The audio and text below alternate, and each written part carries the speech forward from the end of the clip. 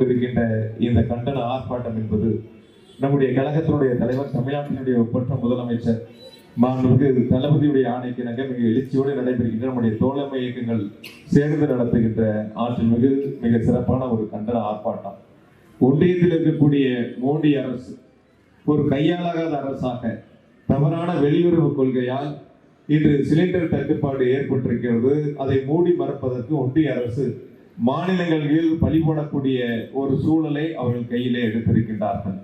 ஆக இந்த சிலிண்டர் தட்டுப்பாட்டை பொறுத்தவரை போர் ஏற்பட்டதால் இந்த சிலிண்டர் தட்டுப்பாடு என்பது ஒரு தவறான கருத்து. அவர்கள் முன்வைக்கின்ற அந்த கருத்து முற்றிலும் தவறானது.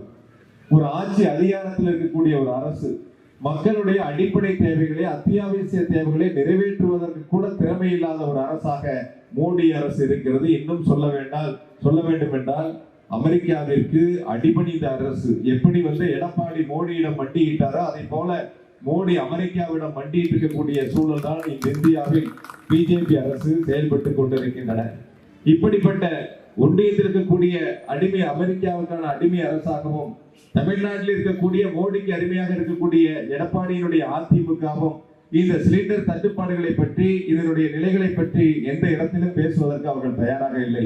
ஏன் திருச்சி வந்த பாரத பிரதமர் மோடி இடத்தில் கூட அந்த மேடையில் பேசிய எடப்பாடி இந்த சிலிண்டர் தட்டுப்பாடுகளை குறித்து ஒரு வரிகள் கூட பேசவில்லை. நேரில் பார்க்கின்ற பொழுது அது குறித்து எந்த கடிதமும் வழங்கப்படவில்லை.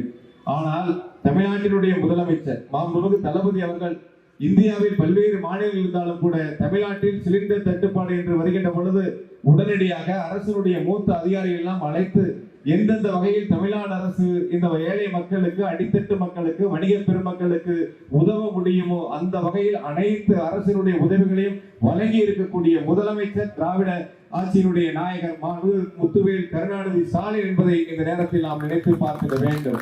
ஒரு அரசு மக்களுக்கான அரசாக செயல்பட வேண்டும், மக்களுக்கான திட்டங்களை கொண்டு சேர்க்கக்கூடிய அரசாக இருக்க வேண்டும். வெற்று விளம்பரத்திற்கான அரசாக மோடி அரசு செயல்பட்டு கொண்டிருக்கின்றன. அடித்தட்டு மக்களுக்கான அரசாக திராவிட மாடல் அரசை தமிழ்நாட்டினுடைய முதலமைச்சர் மாண்புமிகு தளபதி அவர்கள் நடத்தி கொண்டிருக்கின்றார்கள். ஒன்றியத்தில் இருக்கக்கூடிய மோடி அரசு நம்முடைய தமிழ்நாட்டிற்கு வழங்க வேண்டிய கல்வி நிதி 3458 கோடி ரூபாயை வழங்க மறுக்கின்றன. அதே போல 100 நாள் வேலை திட்டத்திற்கு 2000 கோடி ரூபாய் நிதிகளை விடுவிக்க ஒன்றிய அரசு மறுக்கின்றன. நம்முடைய குடிநீர் திட்ட பணிகளுக்கு 2112 கோடி ரூபாய் அளவிற்கு வழங்க வேண்டிய நிதியை ஒன்றிய அரசு, பிஜேபி அரசு, மோடி அரசு வழங்காமல் நம் தமிழ்நாட்டை புறக்கணித்து வருகின்றன. இன்னும் ஒருபடி மேலே கோவை மதுரைக்கான மெட்ரோ ரயில் திட்டத்திற்கு கூட அனுமதிகளை கொடுப்பதற்கு ஒன்றிய அரசிற்கான அந்த மனம் இல்லை. ஆக ஒன்றிய அரசோடு ஒரு தவறான வெளியுறவு கொள்கை என்பது, அதனால் ஏற்படுகின்ற சிக்கல்கள், இன்று சிலிண்டர் தட்டுப்பாடுகள் தமிழ்நாட்டிலே ஏற்பட்டிருக்கின்றன, இந்தியா முழுவதும் ஏற்பட்டிருக்கின்றன. உலகத்திலேயே சிலிண்டர் விலை அதிகமா விற்கிற நாடு இந்தியா தான். மோடி ஆளக்கூடிய இந்தியா தான். உலகத்துல எந்த நாட்டிலும் இப்படிப்பட்ட விலை சிலிண்டருக்கு அதிகமான விலை இல்லை. இந்தியாவில் மோடி அரசாங்கம் தான் சிலிண்டருக்கு அதிகமான விலையை நிர்ணயித்து மக்களிடத்தில், அடித்தட்டு மக்களிடத்தில் வசூலை செய்து கொண்டிருக்கின்றார்கள்.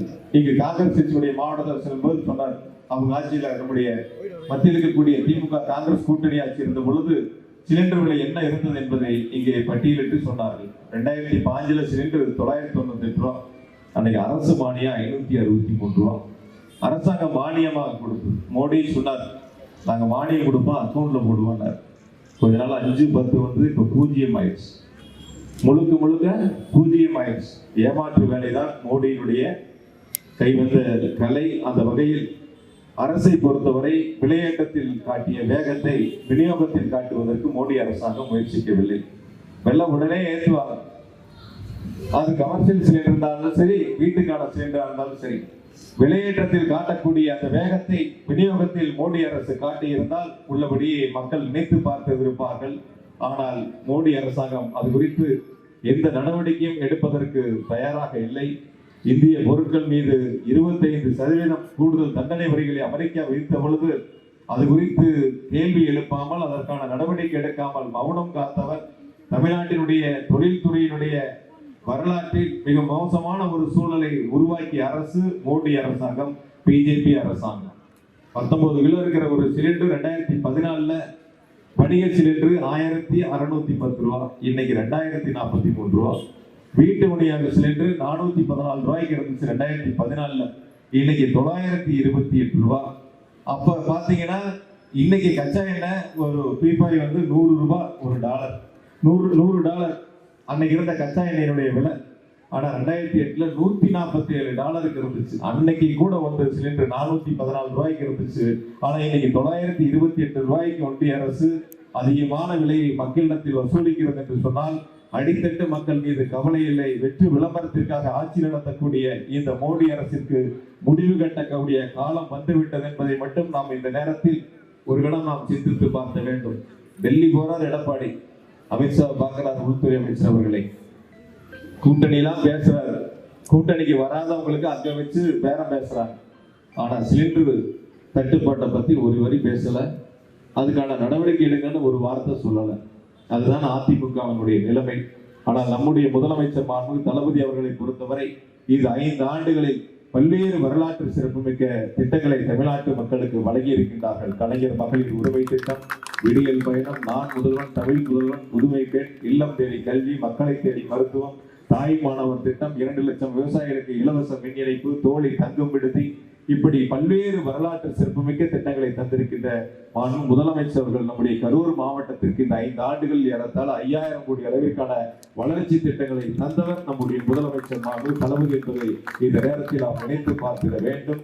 வரக்கூடிய 2026 சட்டமன்ற தேர்தல் களம் என்பது மோடி, எடப்பாடி இருவரும் சேர்ந்து வந்தாலும், அவர்களோடு இன்னும் பலர் சேர்ந்து வந்தாலும் தமிழ்நாட்டில் மக்கள் அவர்களுக்கு பரிசாக வழங்க இருப்பது 0 முட்டை என்ற அளவிற்கு தமிழ்நாட்டு மக்கள் வழங்குவதற்கு தயாராக இருக்கின்றார்கள்.